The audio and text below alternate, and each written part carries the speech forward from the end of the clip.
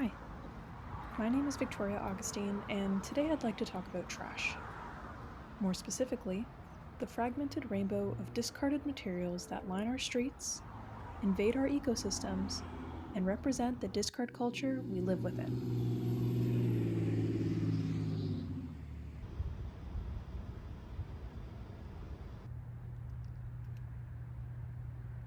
So while we're on the topic of trash piling up in the nooks and crannies of our towns and cities, I thought I'd share an encounter I had about 10 minutes ago because I feel as though in documentaries, the more the narrators get yelled at or kicked off the premise or told that what they're doing is invasive or wrong, the further it legitimizes their message a lot of the times, assuming they're not trespassing, of course.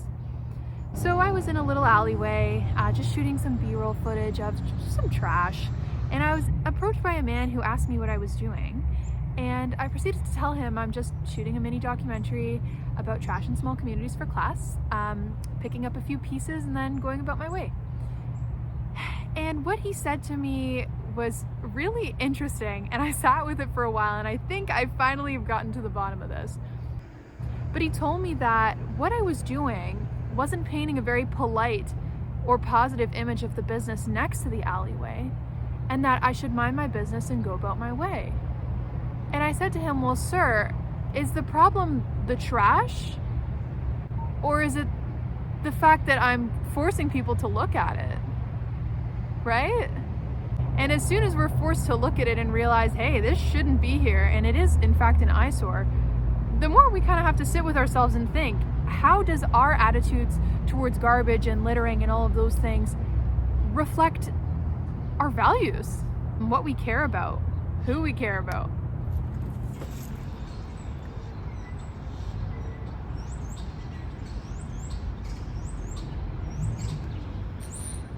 That correlation's there, but the fact that we walk past garbage every single day on our way to school or work or wherever we're going, it's almost as if it's so embedded into our landscape that our eyes just gloss over it and we don't notice it until it's right there in our face and begging to be looked at.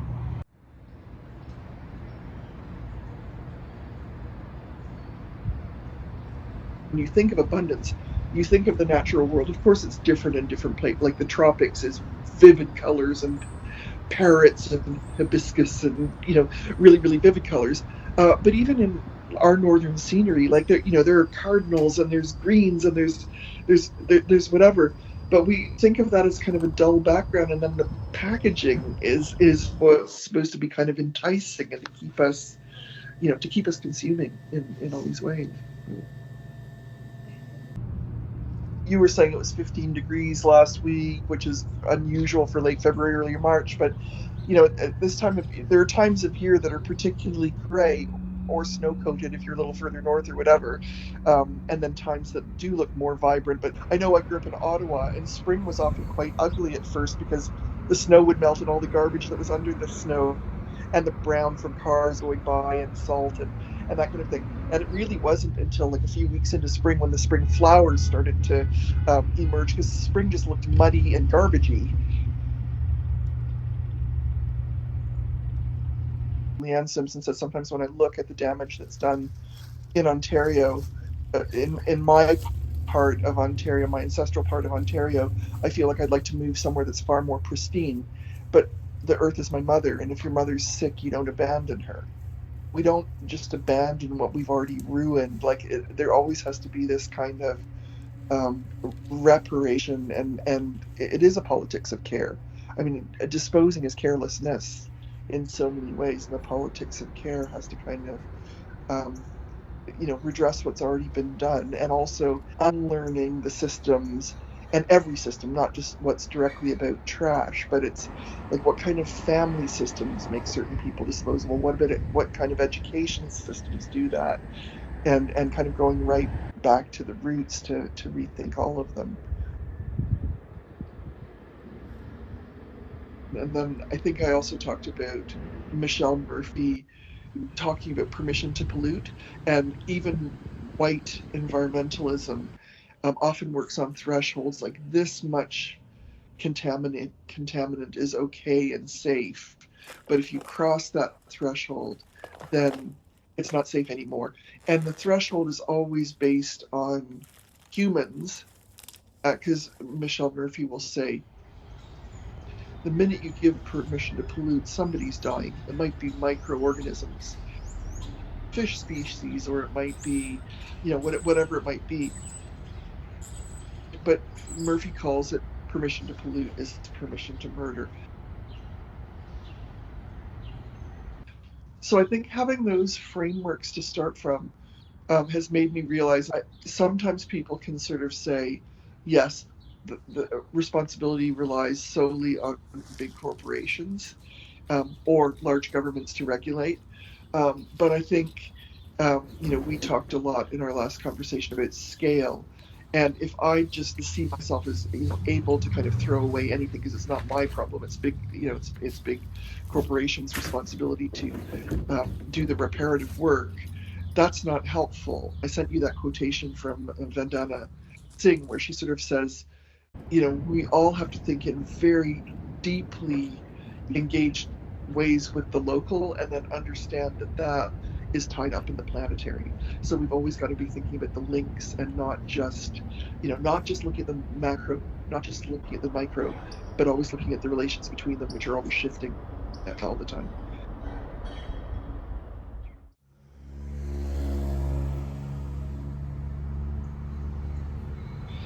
I think a lot of people who work critically in discard studies would sort of say waste management is again all about human agency. It's about, you know, we are masters of this environment, and if we just find the right formula, we can continue to dominate, but maybe in a less destructive way. But it puts humans at the center once again. And so the politics of care has to be about being humble and be recognizing the agency of other beings in our ecosystem, whether it's the rocks, the plants, the kind of climactic conditions. Our job isn't to manage waste, it's to, well, I don't know, maybe that's a question. What is it? I think a lot of indigenous thinkers would say to optimize the thriving of all beings. And part of discard studies isn't just about what we throw away. And one of the things we talked about is, the idea of a way, and so many people problematize this, but certainly in pollution is colonialism. This idea that you throw something away, and away is always on Indigenous land, even if it's the best state of the art recycling place. It's on Indigenous land. So we assume that that land is there for colonial and capitalist purposes, and that it can be used in that way. And then there's the whole thing that where municipalities sell their trash. So a lot of our disposable stuff goes to the States, or it gets on a ship and it goes to Bangladesh or Malaysia or somewhere else. And then the away just gets bigger and bigger and bigger. We just don't even think about what it is. But if we thought about it in all its configurations, it's so vast. Somehow the living world has to absorb all our discards.